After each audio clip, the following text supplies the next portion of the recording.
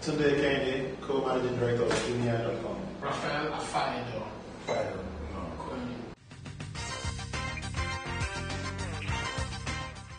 I'm Nigerian. I'm an interested recruiting guy in Nigeria. Sure, so both Raphael and I went to the same business school. We went to Harvard Business School. So even though we're not in business school at the same time, we've always had mutual acquaintances. And so through our mutual acquaintances, we touched base with each other.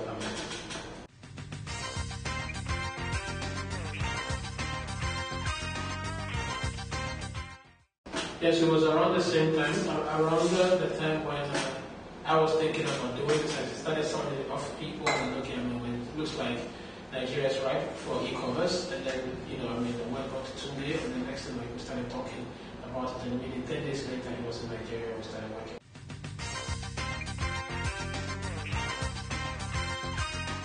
So Jumia launched in the first week of June 2012. So we're about 8 months, 9 months old now.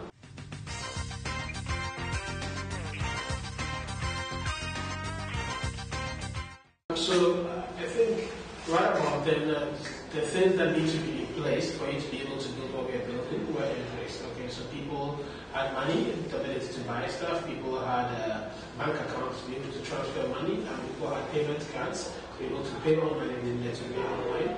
They had the internet, by their mobile phones and their computers. It was getting better and better, and it's not perfect yet, but it's only going to get better from here. So what do? You go out and lay out the foundations for something like what we're trying to build, and that's exactly what made us decide we made to actually bring out what we're doing right now. So, and I think for me, really, it goes even beyond e-commerce. It's just about retail in general. So in this market, there's no real large organized retailer in the entire country. So sure, we have a few malls here and there, and there are a few local markets here and there, but a really large player where I can get anything I want nationwide at a great price with a fantastic assortment just does not exist here. So we think the opportunity is bigger than just thinking about online customers.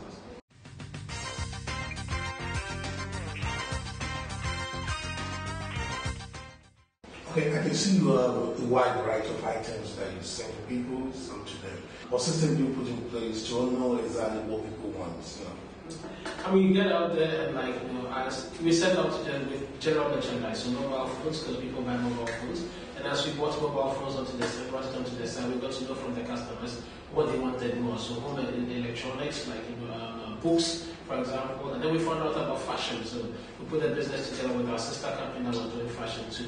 And that's how we think about it, constantly trying to make sure that we have just the broadest array for people to choose from. So even if it's mobile phones, we should have all sorts of mobile phones at all sorts of price points, so the super rich can be able to buy it, and the middle class should be able to buy it too. And at the same time, we have for fashion the right sizes, so bigger sizes for bigger people, smaller sizes for smaller people. Constantly just trying to improve the depth of what we have, and constantly also thinking what do people need?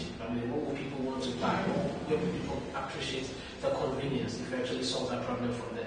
So we constantly open newer and newer categories on the site.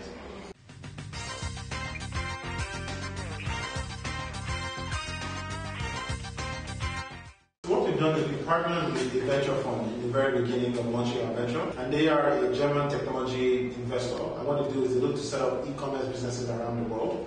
And so they gave us money to launch, but also they gave us expertise because they've done this in different markets, in Brazil, in India, and Russia. So we had that partner. And since then, we've proven the concept. We know e-commerce works here.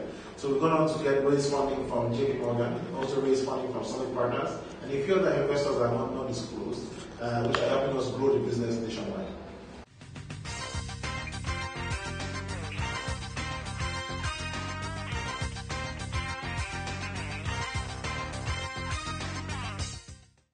You have to think very smartly about how you solve this. You can either go to the market and just buy, or you look up on the capital, or you think very smartly and work with your suppliers to grow their capacity. Because at the end of the day, as we grow bigger, they employ more and more people, they generate more and more wealth for the people they actually employ and whatnot. So it's not interesting people to find that common middle ground to work together. We do buy stuff from the international market, so we push people to get the best terms that we can get.